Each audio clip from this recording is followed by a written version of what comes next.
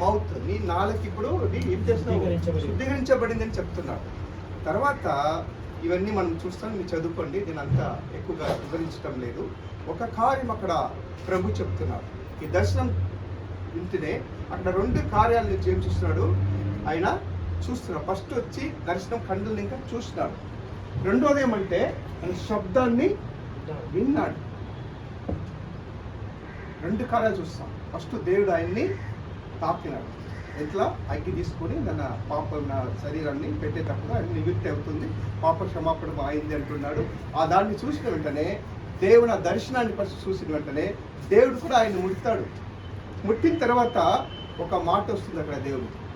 ప్రతి మన అందరికి కూడా దేవుడు తప్పకుండా ఈ ఒక దర్శనం అనేది ఉంటుంది. మనకి దేవుని బిడ్డలు అందరికి తప్పకుండా దర్శనం వస్తుంది. ఎక్కడ వస్తుంది? దేవుని మందిరంలో, దేవుడి సన్నిధానం ఎప్పుడు కూర్చొని ప్రార్థన చేస్తామో అప్పుడు వస్తుంది. ఇంకోటి దేవుడు ఏం చేస్తాడంటే ప్రతి వాళ్ళని గుంపు గుంపుగా దేవుడు తెలుసుకుంటా లేదు. ఒక వ్యక్తి చాలు దేవుడు. అబ్రహాం చాలు తన రాజ్యాన్ని తీసుకొచ్చే. అబ్రహాం మూలంగానే యేసు వరకు దేవుడు ఏం చేశాడు? రాజ్యములు, న్యాయాధిపతులు, ప్రవాదులు అందరూ తీస్తున్నాడు. హల్లెలూయా. ఆయన ప్లాన్ నెరవేరేటకు ఒక అబ్రహాం చాలు దేవుడి ప్లాన్. అప్పుడు దేవుడు ప్రతి వారి జీవితంలో ఒక ప్లాన్ మనకి ఇచ్చినాడు. దేవుడు నాకు ఒక ప్లాన్ ఉంది, దేవుని గురించి నాకు ఒక ఉద్దేశం ఉన్నది. நம்ம ஒவ்வொருடைய வாழ்க்கையில ஒரு திட்டத்தை தேவன் வைத்திருக்கிறார். ఒక జీవితంలో దేవుడు నాకు ఒక దిట్టం దేవుడు ఇచ్చినాడా లేదా? మన అందరికీ ఒక దిట్టం దేవుడు పెట్టినాడు. మనం ఏమంటాడు బ్లూ ప్రింట్ అంటారు దాని గురించి. నా కోసము దేవుడు ఒక ప్రింట్ పెట్టినాడు. నేను ఏం చేయాలా, నేను ఎలాగ జీవించాలా, దేవుని కార్యం నా జీవితంలో ఎలాగ జరగాలా, దేవుడు ఎలా ఉపయోగపరచాలా, ప్రతి కార్యం కూడా దేవుడు లోకమంతా సృష్టి కాక ముందుగానే దేవుడు అని తెలుసుకున్నాడంట. హల్లెలూయా.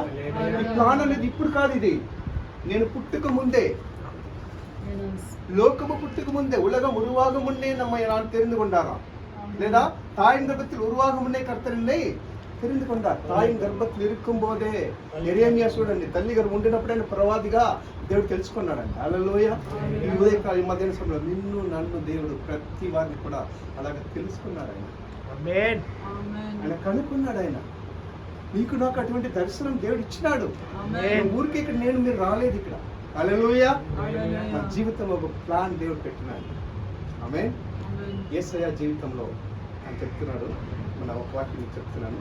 2 కార్యాలు మీకు దేవుని వాక్యం చెప్తాను. మీకు 8వ వాక్యం చదువుతాం. అప్పుడు నేను ఎవరిని పంపెదను, ఎవరి నిమిత్తం ఎవరు పోవుడని ప్రభు సెలవియగా వింటిని. అంతకు నేను చిత్తగించును, నేనున్నాను, నన్ను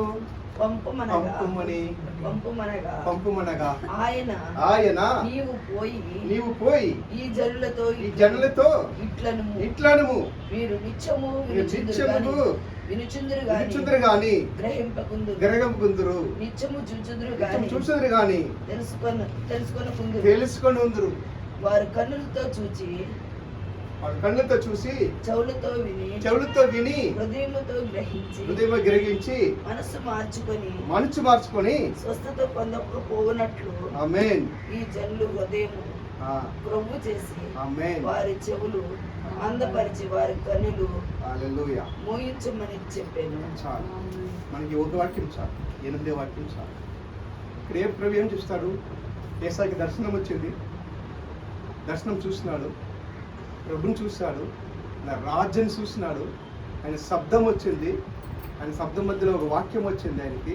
మళ్ళా దేవుని కర్రం కూడా ఆయన తాకింది. హల్లెలూయ. కర్రం తాకిన తర్వాత ఆయనకి దేవుడు మాట్లాడతాడు. ఇక్కడ తమిళ్లో ఉన్నది யாரைனா அனுப்புவேன், ఎవరిని నేను పంపెదను, யார் நமது காரியமாய் போவான், ఎవరు నా నిమిత్తం. హల్లెలూయా. யாரை நான் అనుపువేన్, ఎవరిని నేను పంపెదను, యార్ నమదు కార్యం. నమదు అని చెప్తాడు అక్కడ, సింగులర్ కాదు, అక్కడ ప్లూరల్ లో చెప్తున్నాడు. నమదు అంటే మనము, మా నిమిత్తము. నా నిమిత్తం అని దేవుడు చెప్పలేదు అక్కడ. మా నిమిత్తం అంటే ఏమర్థం? అది మా నిమిత్తం అంటే అక్కడ 3 ఉన్నారు, తండ్రి, కుమార, పరిశుద్ధాత్మ. హల్లెలూయా.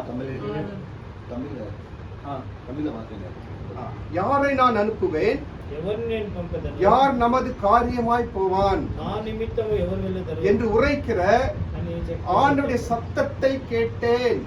అని దేవుని యొక్క శబ్దం నేను విన్నాను. ஆமென். யாரை நான் அனுப்புவேன்? ஆண்டவர் நம்மளை பார்த்து கேட்கிறாரு இந்த మధ్యాహ్న వేళలో. ఈ దర్శనంలో దేవుడు యేసాయికి చెప్తున్నాడు, ఎవరు నేను పంపించదను, ఎవరు మన కార్యముగా వెళ్ళుదరు. హల్లెలూయా. யாரை நான் அனுப்புவேன், யார் நமது காரியமாய் போவான் என்று உரைக்கிற ஆண்டவருடைய சத்தத்தை கேட்டேன். ஹல்லேலூயா. నేను ఎవరిని పంపెదను, మా నిమిత్తం ఎవరు పోనని ప్రభు సెలవీగా వింటుంది. ఆమేన్. అప్పో ఈ విషయంలో దేవుడు ఏం చేస్తున్నాడంటే ఆ యేసాయితో మాట్లాడగా ఆయన శబ్దాన్ని ఆయన వింటున్నాడు. అప్పుడు శబ్దం ఇది ఈ విషయం ఏమొస్తుంది, దేవుని దర్శనము ఆయన ముట్టడం వస్తుంది, ఆయన మాట్లాడటం వస్తుంది, ఆయన శబ్దాన్ని ఆయన వింటాడు. విన్న తర్వాత ఏమవుతుందంటే ఆయన చెప్తున్నాడు, ఏం చెప్తున్నాడు ఆయన, నన్ను పంపుము, నేను ఉన్నాను. ఇదో అడియన్ చెప్పండి బ్రదర్, ఇదో అడియన్ இருக்கிறேன், నేను చిత్తగించుము, என்னை அனுப்பும், என்னை அனுப்பும், என்னை పంపుము. ఆమేన్. నేనున్నాను. ప్రభువుగా அறைக்கூவல் என்ன தெரியுமா, யாரை நான் அனுப்புவேன், கடவுள் வந்து கூப்பிடுறாரு. దేవుడు ఆయన చెప్తున్నాడు, ఎవరు నేను పంపిస్తుదను. ఎందుకు పంపాలి దేవుడు? దిగుండే కార్యాలు చూసినట్టే ఇశ్రాయేలు జనాలు ఏమైనారు, కళ్ళలో అవి చూసినారు, చెవుల్లో విన్నారు, హృదయంలో గ్రహించలేకపోతున్నారు, దేవుడికి లోబడలేకపోతున్నారు. ఇప్పుడు వింటున్నారు, వాక్యాన్ని వింటారు. ఎంతమంది వాక్యాన్ని విని దానికి లోబడతాం? ఇప్పుడు ఎలాగున్నాం మనం సంఘము, మనం ఎలాగున్నామంటే ఇక్కడ వినేసి ఇక్కడ తీసుకొని వెళ్ళిపోతాం. ఎవరికి భారం లేదు, ఎవరికి దాహం లేదు, దాహం వస్తలేదు, భారం అనేది వస్తలేదు. దేవుని భారం ఏమంటే ఎవరు నేను పంపించను, ఎవరు నా నిమిత్తం మా నిమిత్తము వెళ్ళెదరు. ఆమేన్. దర్శనం వచ్చిన తర్వాత దేవుడు ఏం చేస్తాడంటే ఒక విషన్ ఇస్తాడు. విషన్ తర్వాత మిషన్. అప్పుడు యేసయ్య మిషన్లో ఏం చెప్తాడు, నేను ఉండాలి ప్రభా.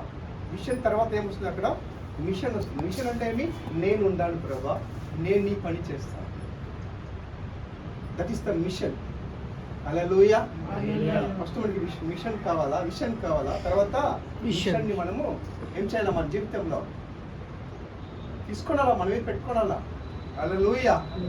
అదే యేసయ్య చేస్తున్నాడు, నేనున్నాను ప్రభువా, నన్ను పంపు.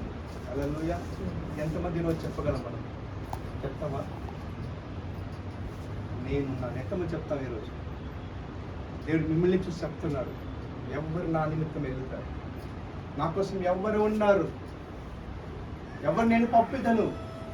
దేవుని భారం ఇది, దేవుని దాగం ఇది, దేవుని ఒక గురి ఇదే ఆయనకి. అందుకే ప్రభు ఈ లోకానికి వచ్చాడు. యేసయ్య